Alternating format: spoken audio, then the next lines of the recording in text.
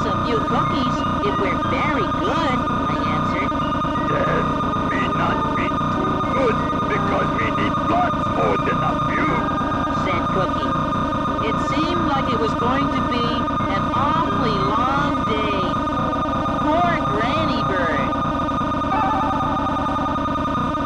Granny was happy to see us, and she brought a tray of fresh baked cookies and a pitcher of lemonade out to the porch for us.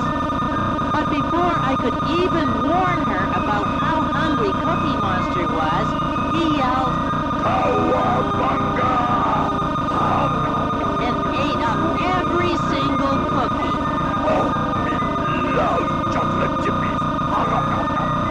Then, since there weren't any cookies left, Granny offered Oscar a cupcake, and she was amazed when Oscar said, I can't stand cupcakes. How about a pickle? I had to explain to her then that Oscar was a grouch. Oh, I see, said Granny Bird, but I was quite sure that she really didn't see at all. Thank goodness it was finally time to go to the bazaar. On the way, Granny Bird said to me, "We've worked so hard to get ready for today. Mrs. Pelican has organized the rummage sale, and Mrs. Goldfinch donated prize money for the pie-eating contest between our club and the Pin Feather Ladies Club. Mrs. Pelican's boy, Piggy, is our contestant. He always has a big appetite," He sound like my kind of guy. said Cookie Monster. You can just imagine how surprised we all were when we arrived to find the rummage sale tables were empty. It seemed that none of the things for the rummage sale had arrived. "You're in luck. I think I can be of some assistance," Oscar said. He went around to the side entrance.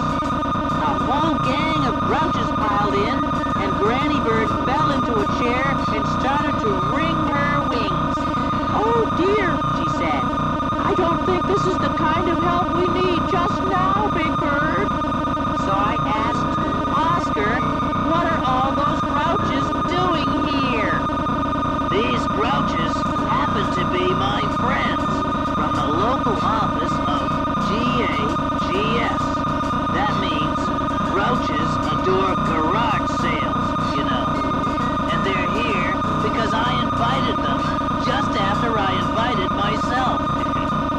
They promised to donate all their worst trash, the stuff that isn't really broken or worn out enough, on one condition." "What's that?" asked Granny Bird. "I'll tell you later," said Oscar. Granny Bird was still shaking her head in amazement as the rummage tables were filled with things too good to please the grouches. Just then, Mrs. Pelican flapped up, with Cookie Monster and Piggy following her. "They've eaten up everything in the refreshment booth," she wailed. "And Piggy has such a tummy ache, he can't be in the pie-eating contest." Granny Bird looked even more unhappy. "What do you have to say about this?" she asked Cookie Monster. Refreshments delicious. What's for dessert? He answered, "Gee, Granny Bird, that gives me an idea. Cookie Monster would be great in the pie-eating contest." Cookie was thrilled. Oh boy, me save plenty of room for dessert. Me not even look at the cake sale table yet. Well, Cookie Monster ate 74 pies in all. The contestant from the Pin Feather Ladies Club had been carried away after only 52 pies. But good old Cookie Monster never even noticed that the contest was over. Cookie Monster finished the last pie and shouted, Cowabunga! These pies delicious, especially last one. Strawberry rhubarb, me favorite. Me think this ladies club the greatest. After Cookie won and the rummage sale tables were empty,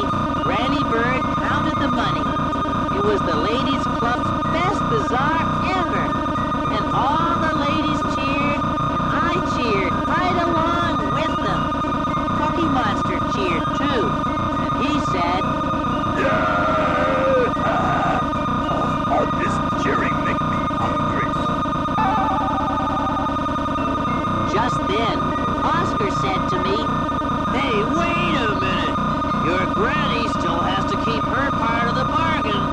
Here's the condition. Us grouches get to sweep up and keep all this great trash that's lying around."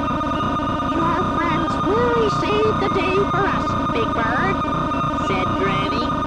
Then Cookie Monster pulled on my feathers and said, Big Bird, we got to go home now. We got to get back to Sesame Street in time for dinner. I felt so happy and proud of my friends when Granny Bird saw us off at the bus stop. When we were just a little way from Sesame Street, a lady with a big hat got on and sat down right in front of us. The hat was covered with fruits of all kinds. Even though they weren't real, Cookie Monster thought they were, and he munched a banana, an apple, and 2 oranges. We love fruit salad. These fruit taste a little strange, but not bad. Now that hat would look just great in my trash collection, said Oscar. He really shouldn't have said that, because the lady turned around then. "You little monsters!" she yelled. Oscar pointed to Cookie. "He's a monster, madam. I'm a grouch, if you don't mind." "Well, I do mind," said the lady, and I really couldn't blame her. Oh, me so sorry, madam. That looks so delicious. We no could resist. Said Cookie Monster, and the lady actually smiled. "I know my friends are not always very polite," I said to her, "but after all, grouches will be grouches, and Cookie Monsters will be Cookie Monsters. Even my Granny Bird says that's not always bad." And then I got off the bus at Sesame Street with 2 of my best friends.